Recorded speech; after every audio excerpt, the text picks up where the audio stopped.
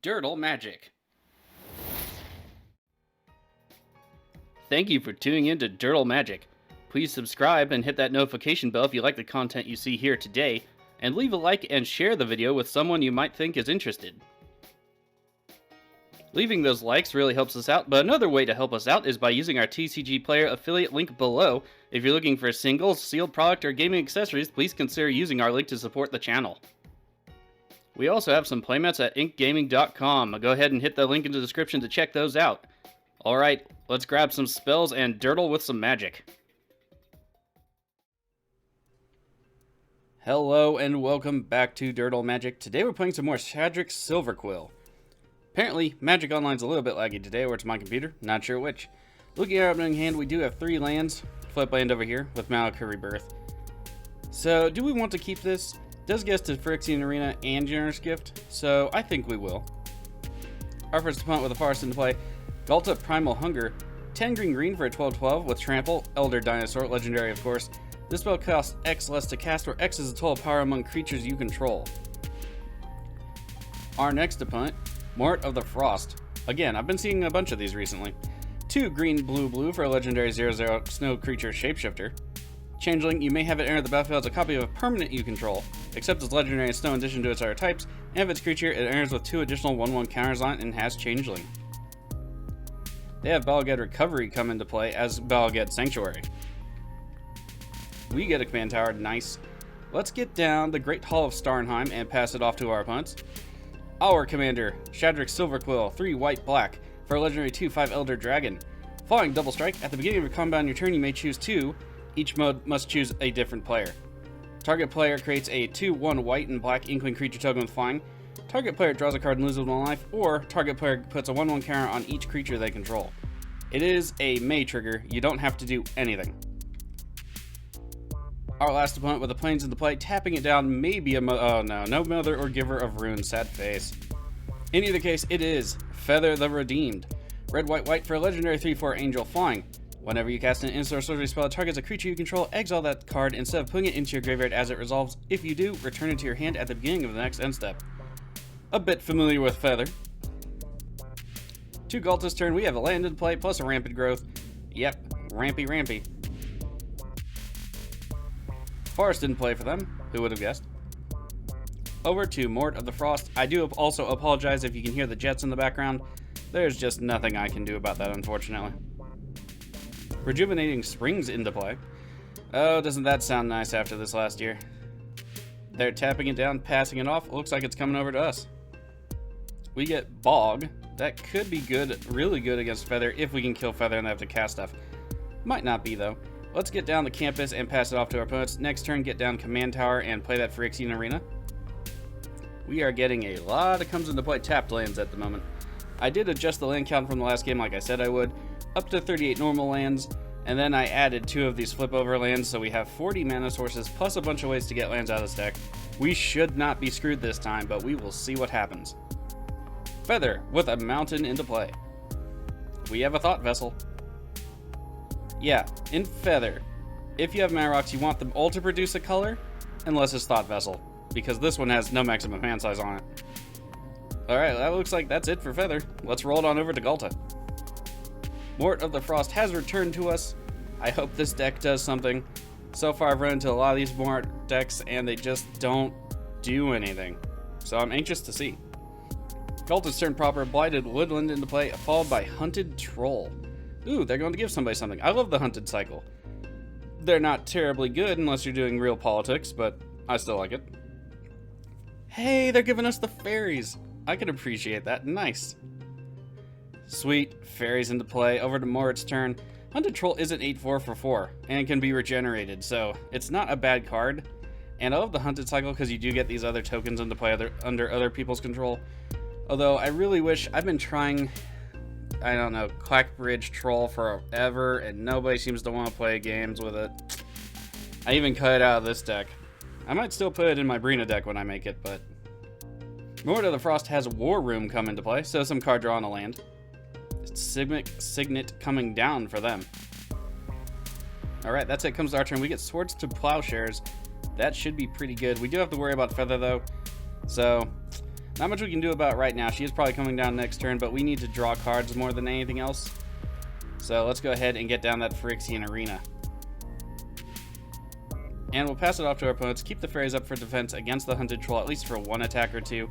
If they want to choose to regenerate it, then that's fine, I suppose. We also have to worry about Ghalta coming down, because Ghalta will now cost, what, only 6?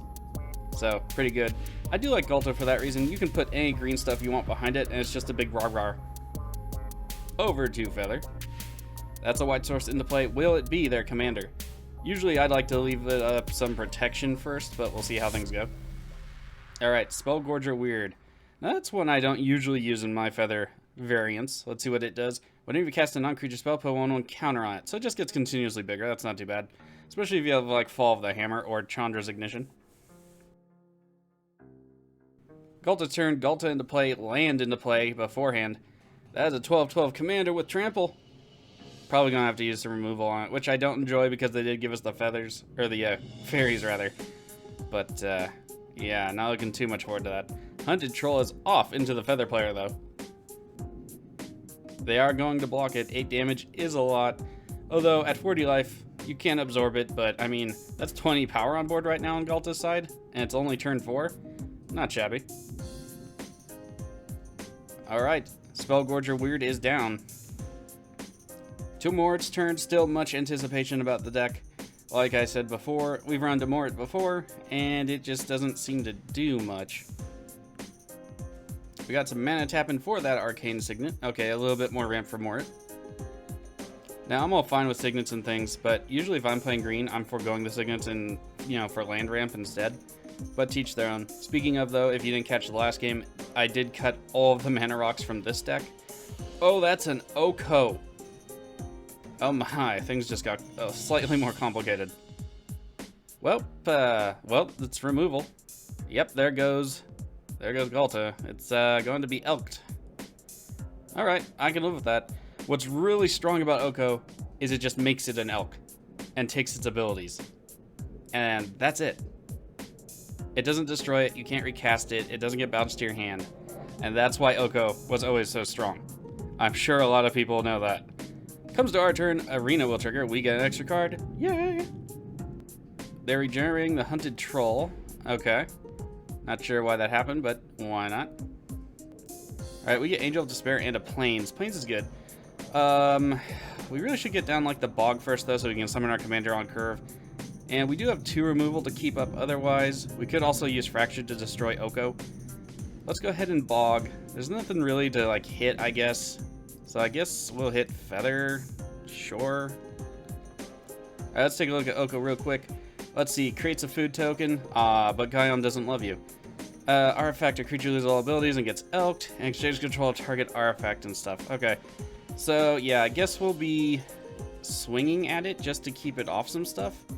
How much was... Oh, it's a plus ability? Okay, I guess we're just going to use a spell to kill it. But let's hold up some mana, pass off the turn, get to Ghalta's turn, see if they want to deal with Oko first. At end of turn, we'll use Fracture. 2 Feathers turn. Let's see. Land, maybe Feather if they have protection. It's a mountain, so probably not protection then. Ooh, it is Feather the Redeemed, okay. They could start doing like Expedite Crimson Wisp to draw some cards. Feather just tapping down the rest of their mana. No spell out of them. That's interesting. I guess they're saying they're not a threat. I do love Feather's whole stat line. A 3/4 flyer for 3, and Ghalta straight up quits the game? There's been a lot of that recently. Okay, I'll check chat. Alright, nothing in chat, so that stinks a bit. Let's see if they want to elk Feather and see how that works out. Yeah, they are going to elk it, that's fine. Then we'll destroy the Planeswalker. Oko, unfortunately you don't get to be an elk, you get to be an elephant, and then it'll roll over to us. We get an extra card, fantastic. So far we're in the lead based on what we know. We get Despark and Swiftfoot Boots. Finally drawing all that removal. Let's go ahead, get down the plains, and summon our commander. Hopefully there's no counter magic out of Moritte, but we'll see. Alright, no counter magic. Let's go to combat. Let's see, who do we want to attack?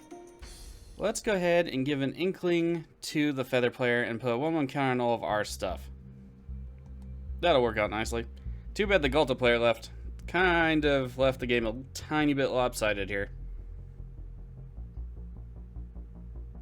Alright, let's start swinging into Moritte. We'll leave one fairy back. We don't want to like overdo things and make people terribly mad at us. Other than that, next turn our fairies, assuming our commander survives, will be big enough to get through any Inklings, so we don't have to worry about that either. Damage is good. Moritte down to 34, and we'll pass it off to our opponents there. Over to Feather's turn. Hopefully they enjoy the Inkling and don't do anything weird to us like blow up our board. That would kind of suck. Did add like 1 or 2 extra protections to the deck, and I'll explain all that stuff at the end. And I do have, if you watched my last video towards the very end, I know a lot of people don't when I'm explaining the deck.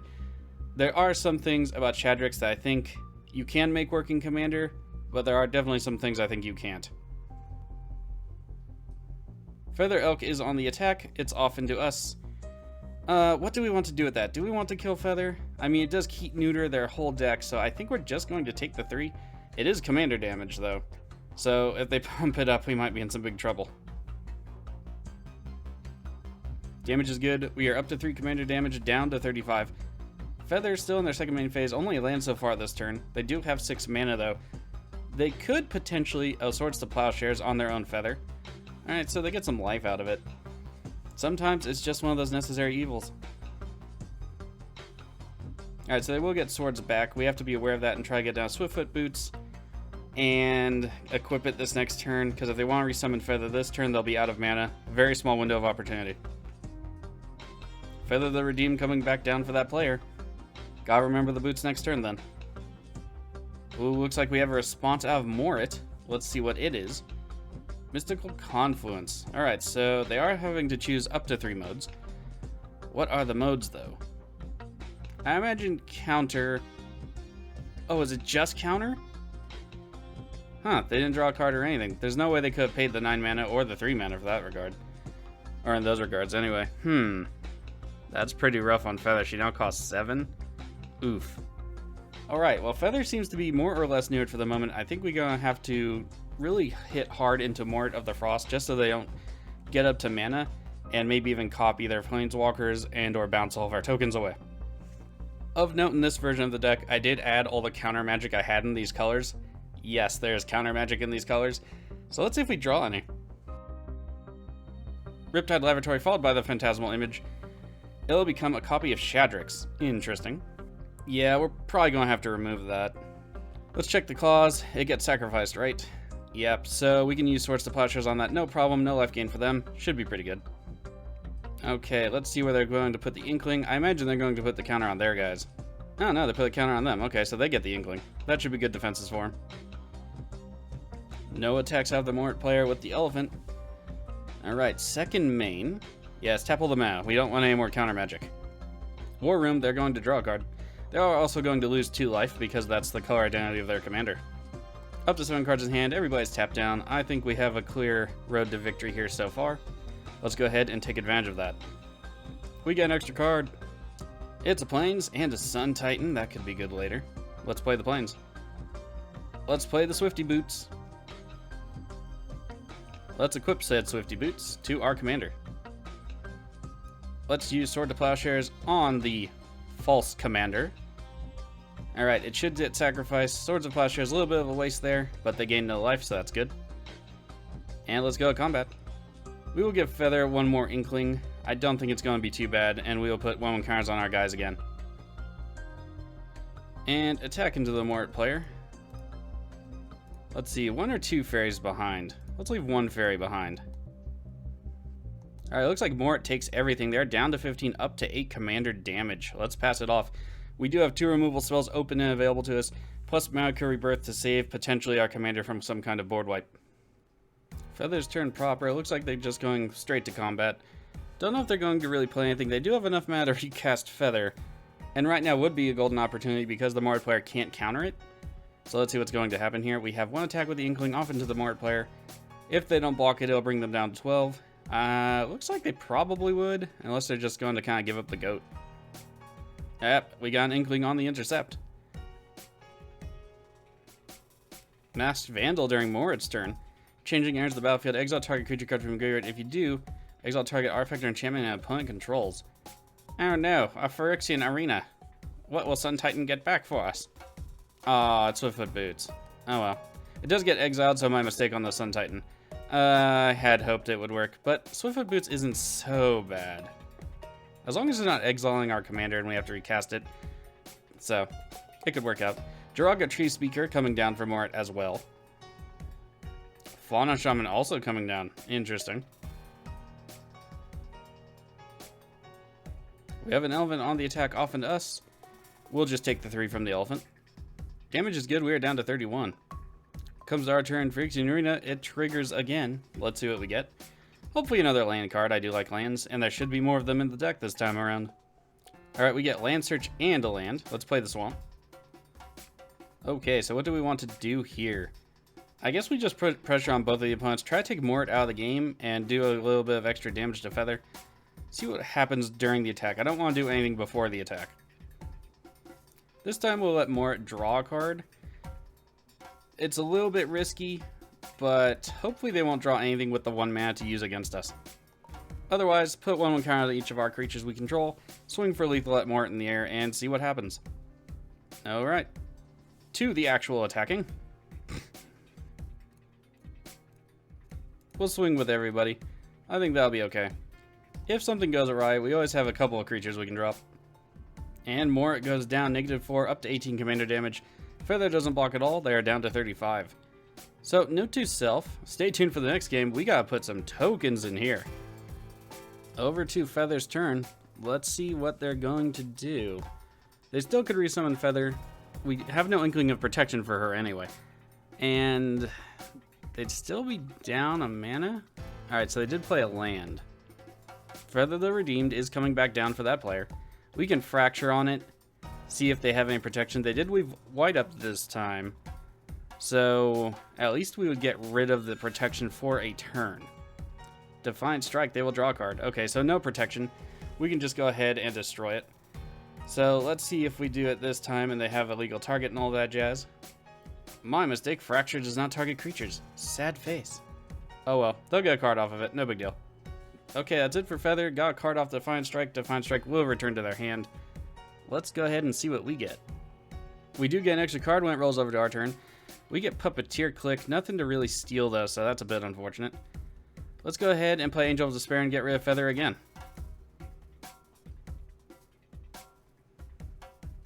And Feather gives it up. Bit of a short game, that one. Let's go ahead, give it to Feather. Sometimes you just gotta stick it out, and they did for as long as they could. So, note to self, definitely put a bunch of tokens in here, or at least something that makes tokens, because Shadrix is very good with them, especially if they fly. So, Blot Out the Sky still might be fairly useful. Might have to add it back in. And there it is, 1 point to us, 3 points to the Feather player, 1 point off over into the Ghalta player. Alright, let's go ahead and take a look at the deck, go over some of the changes and changes I want to make for the third game. Alright, here's the deck. First, I want to say again, apparently tokens in this deck are going to be pretty good, so we're going to definitely need to get some tokens going in here. Also, I think some flash effects might also be good in here.